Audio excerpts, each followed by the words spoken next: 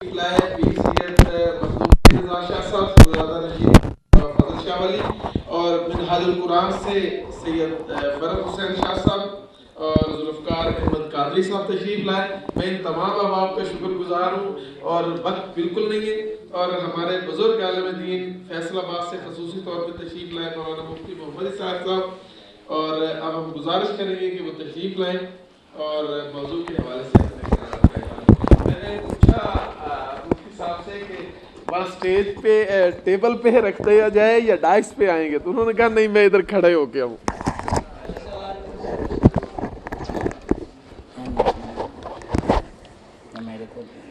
الحمدللہ رب العالمین والصلاة والسلام علی سید الاولین والآخرین وآلہ الطاہرین واصحاب المنتجبین. اما بعد, محترم حاضرین کرام, وقت بہت تھوڑا رہ گیا.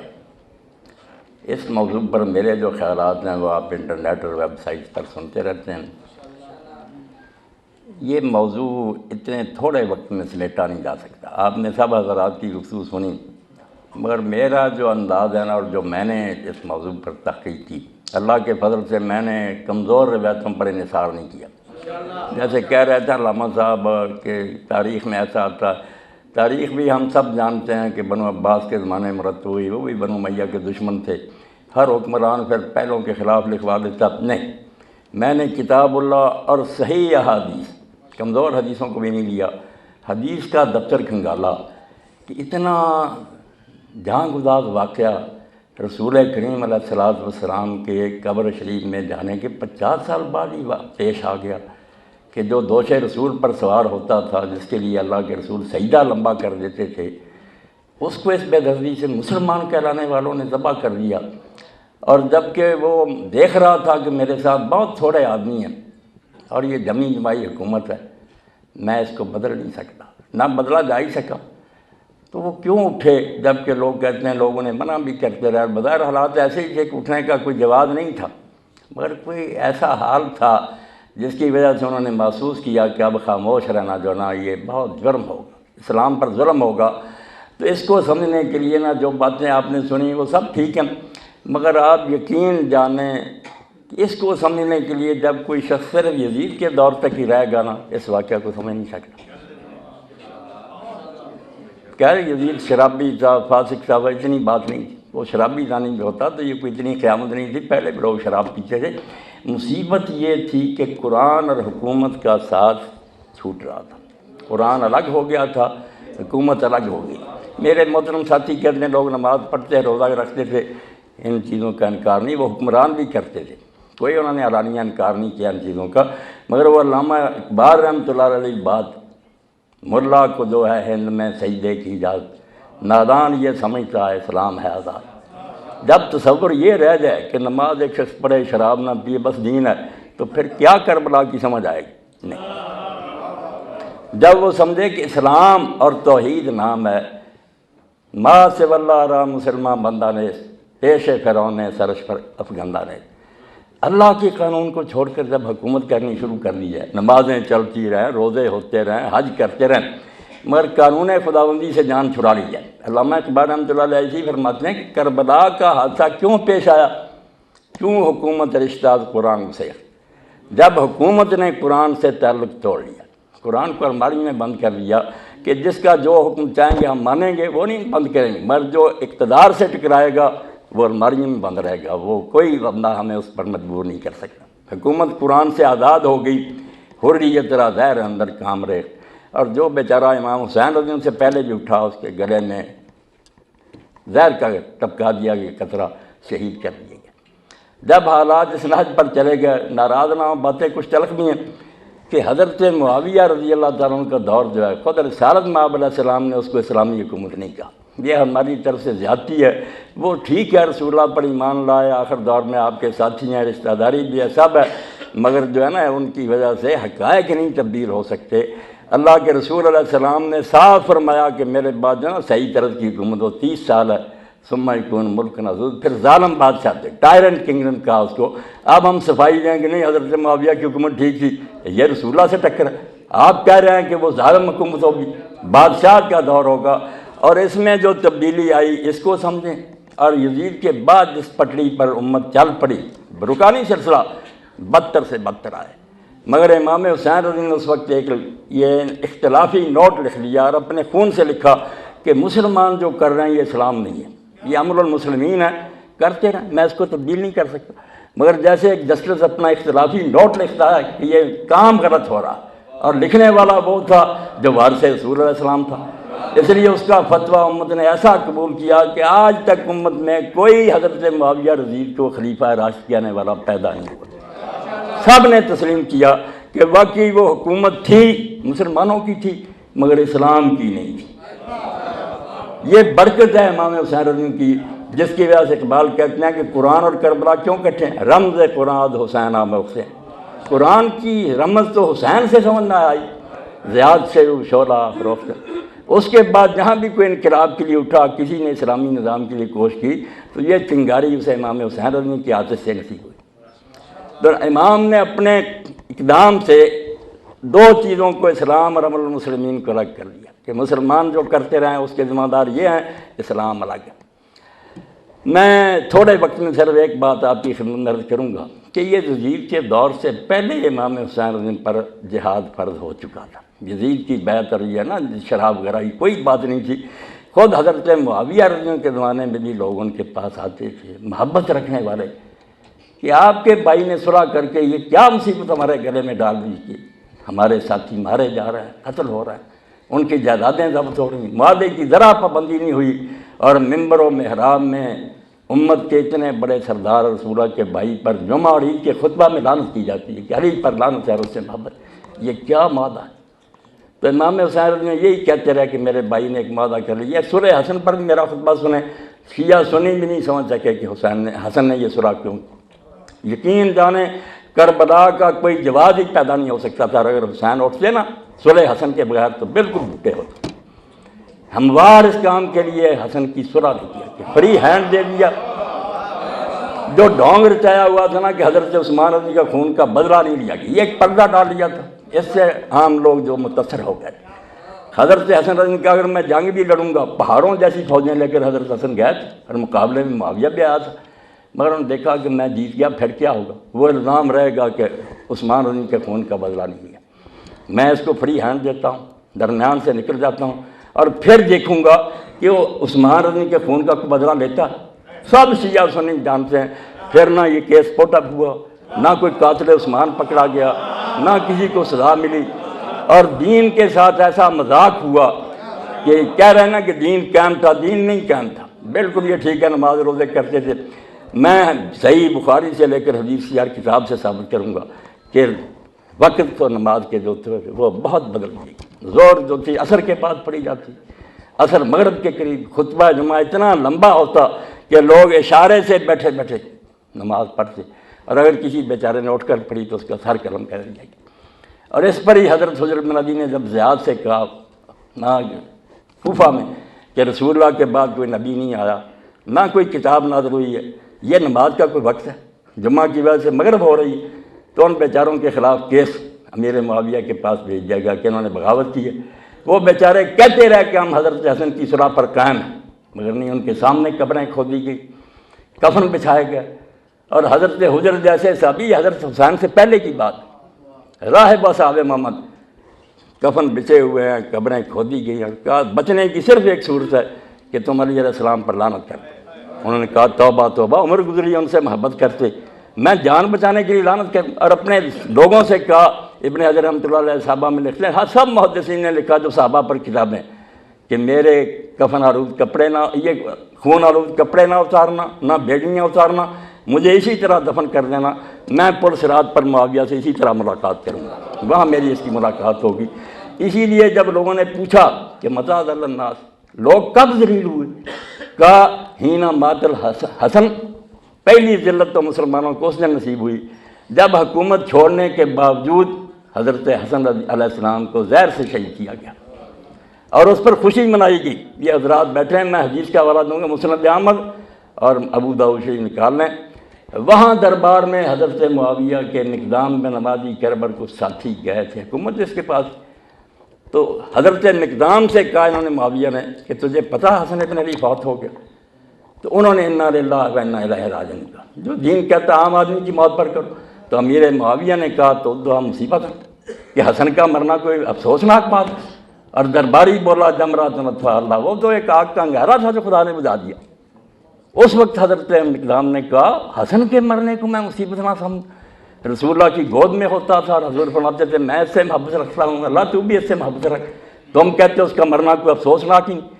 تو اس پر کہا ابو اسحاق سبیعی نے کہ ایک ذلت تو مسلمانوں کو اس دن نصیب ہوئی کہ نواسہ رسول زہر سے شہید کیا گیا، اور اس کے مرنے پر یہ کہا گیا کہ اس کا مرنا کوئی افسوسناک بات ہے، وہ تو آگ کا انگارہ تھا جو بتا دیا گیا۔ کسی کو اس میں شک شبہ نہ، میں تاریخ کا حوالہ نہیں دوں گا، یہ ابن اسیر وغیرہ سب ناقل ہیں حدیث کی کتاب میں، اور کہوں گا کہ ان کو پرکھ کر دیکھ لو، اگر ضعیف ہے روایت میرے منہ پر مارو، کچھ خدا کا خوف کرو۔ حضرت معاویہ کا دور جو تھا، حضرت حسن شہید ہوئے، بعد میں بدھ یا زیاد، جس کے بارے میں علماء نے کہا کہ علانیہ جو شریعت کا حکم توڑا گیا نا، جیسے آئین کی خلاف ورزی ہوتی، باقی بہانوں سے بات ہوتی تھی، علانیہ حضور نے فرمایا تھا کہ الولد للفراش وللحائر آہر الحجر، کہ زنا سے کوئی بیٹا پیدا ہو تو وہ حلالی بچہ نہیں ہوتا۔ زیاد کو گواہیاں لے کر کہ میرے باپ ابو سفیان نے زیاد کی ماں سے زنا کیا تھا، یہ اس سے پیدا ہوا تھا، میرا بھائی ہے، وہ زیاد بن عبید کہلاتا تھا، اس کو زیاد بن ابو سفیان بنا لیا، اور اس نے اور اس کی اولاد نے جو خدمت پھر ان کی کربلا بھی عبید اللہ ابن زیاد، اور بعد میں زیاد کو حرامی کو بھائی بنایا۔ اور اس پر صحابہ کرام نے صحیح مسلم اور بخاری دیکھیں، صحابہ سے پوچھا ابو بکر رضی اللہ عنہ سے، سعد بن ابی بکر، تم نے رسول اللہ سے سنا نہیں کہ جو باپ بدلے اللہ نے اس پر جنت حرام کر دی، یہ کیا ہو رہا؟ انہوں نے کہا یار کیا کریں، بے بس یہ یزید کا دور نہیں، یہ حضرت معاویہ کا دور ہے، زیاد کو بھائی بنایا گیا۔ اور تیسری بات یہ کہی گئی وہ قتل حجر بن ابی، حضرت حجر بن ابی جن کا بھی واقعہ سنایا کہ بیچاروں کو علی پر لعنت نہ کرنے کے باعث اور نماز دیر سے پڑھنے کے باعث قتل کیا گیا۔ 3 واقعات بنائے کہ مسلمان تو اس دن ہی دلیل ہو گئے کہ کوئی بس میں نہ رہا، حکومت کا جبر اتنا بڑھ گیا کہ علانیہ دین کے خلاف ہو رہا، کر کچھ نہیں سکے۔ اور ان لوگوں نے ایسی حدیثیں پھیلانی شروع کر دیں۔ امام ابن حجر کی فتح الباری دیکھیں، یہ حسین خون نہ دیتا علیہ السلام تو یقین جانے یہ دین بن جاتا۔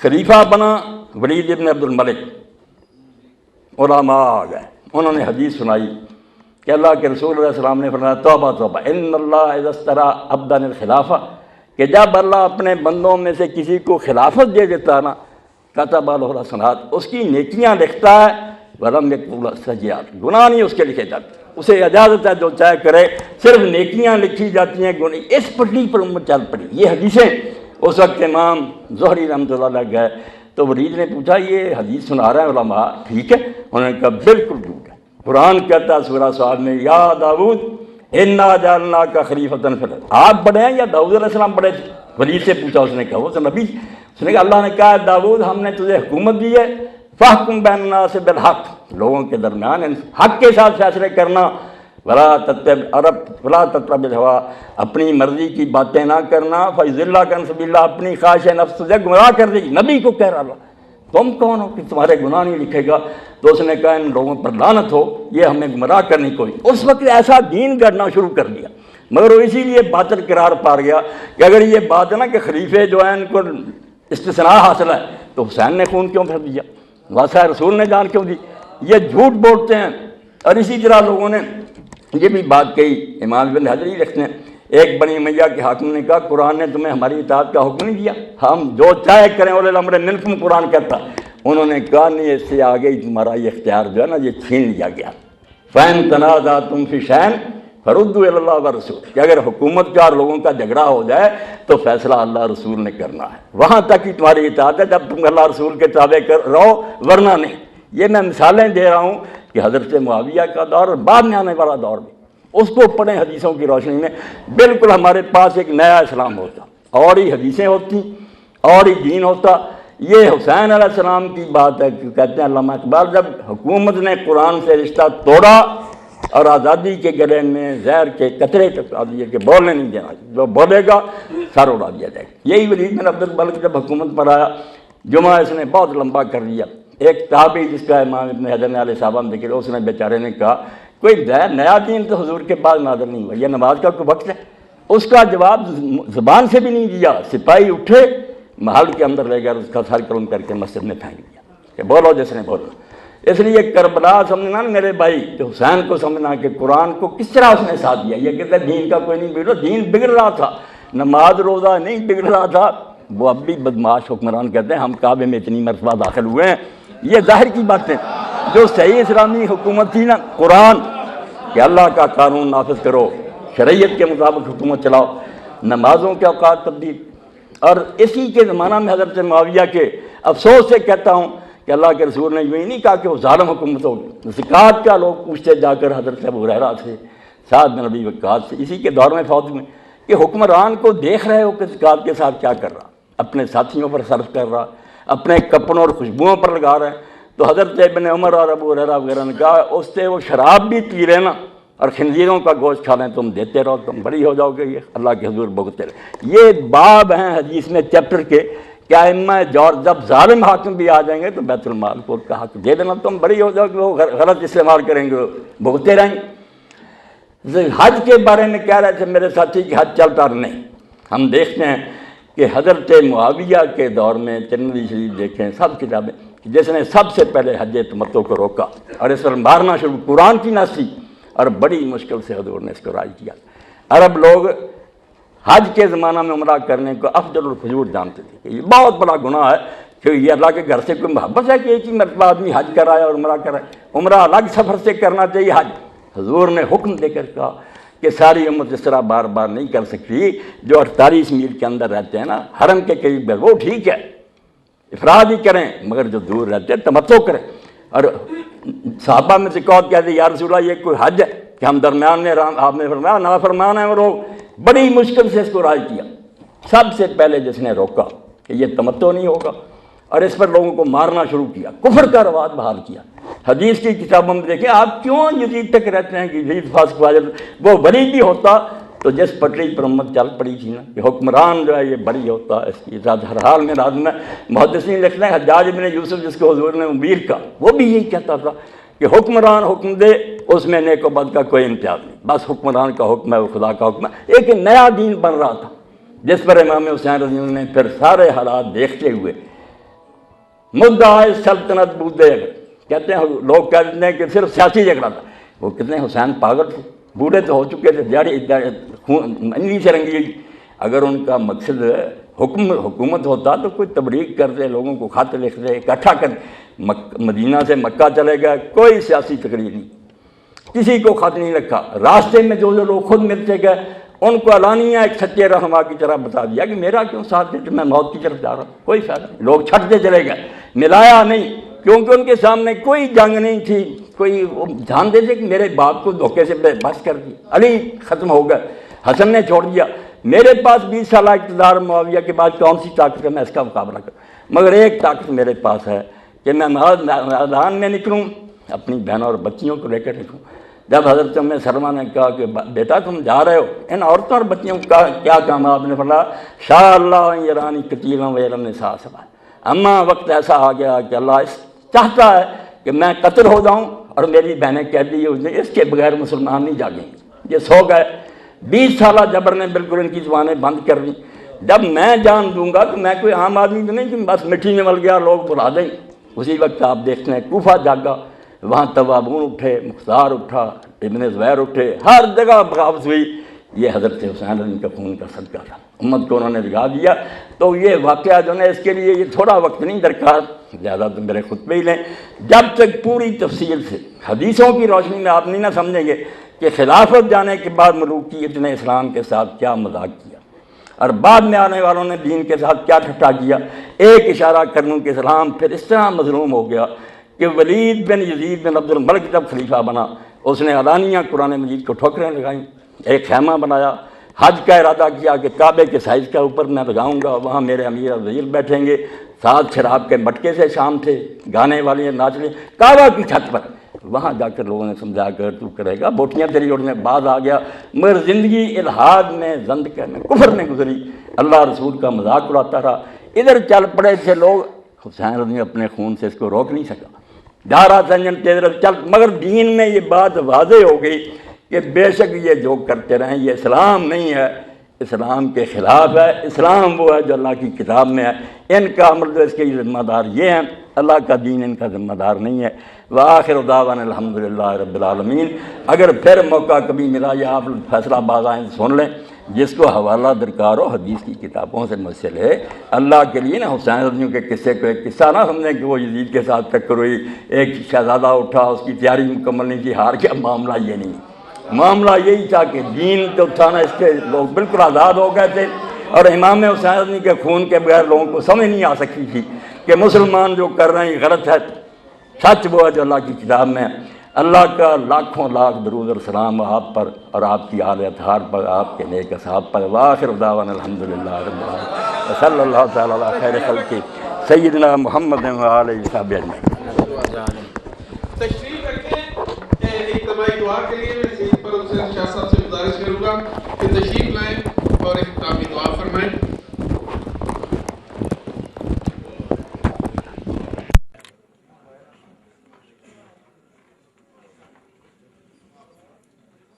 اللهم صل على سيدنا ومولانا محمد وعلى آله وأهل بيته وصحبه وبارك وسلم۔ ربنا آتنا في الدنيا حسنة وفي الآخرة حسنة وقنا عذاب النار وادخلنا الجنة مع الأبرار يا عزيز يا غفار يا رب العالمين۔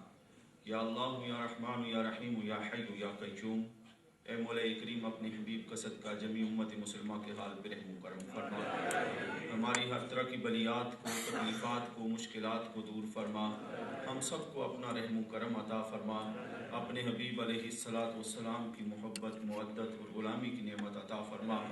یا الہی اہل بیت اطہار کی عظمت سیرت کو سمجھنے کی نعمت عطا فرما، اور ان نفوس قدسیہ کے ساتھ محبت، مودت اور غلامی کی نعمت عطا فرما۔ آج کے اس سیمینار میں جو گفتگو کی گئی ہے، اس کے مطابق مولا کریم کربلا اور قرآن کے تعلق کو ہمیشہ ہمیشہ کے لیے اپنے ایمان اور عقیدے میں ہمیں شامل کرنے کی نعمت عطا فرما۔ اس ذکر کے توسل سے میرے مولا کریم وطن عزیز پاکستان کی خیر فرما، امت مسلمہ کی خیر فرما، ہماری ان دعاؤں کو، التجاؤں کو اپنی بارگاہ میں قبول فرما۔ ربنا لا تزغ قلوبنا بعد إذ هديتنا وهب لنا من لدنك رحمة إنك أنت الوهاب۔ ربنا تقبل منا إنك أنت السميع العليم وتب علينا إنك أنت التواب الرحيم، وصلى الله تعالى على خير خلقه سيدنا ومولانا محمد وعلى آله وصحبه أجمعين۔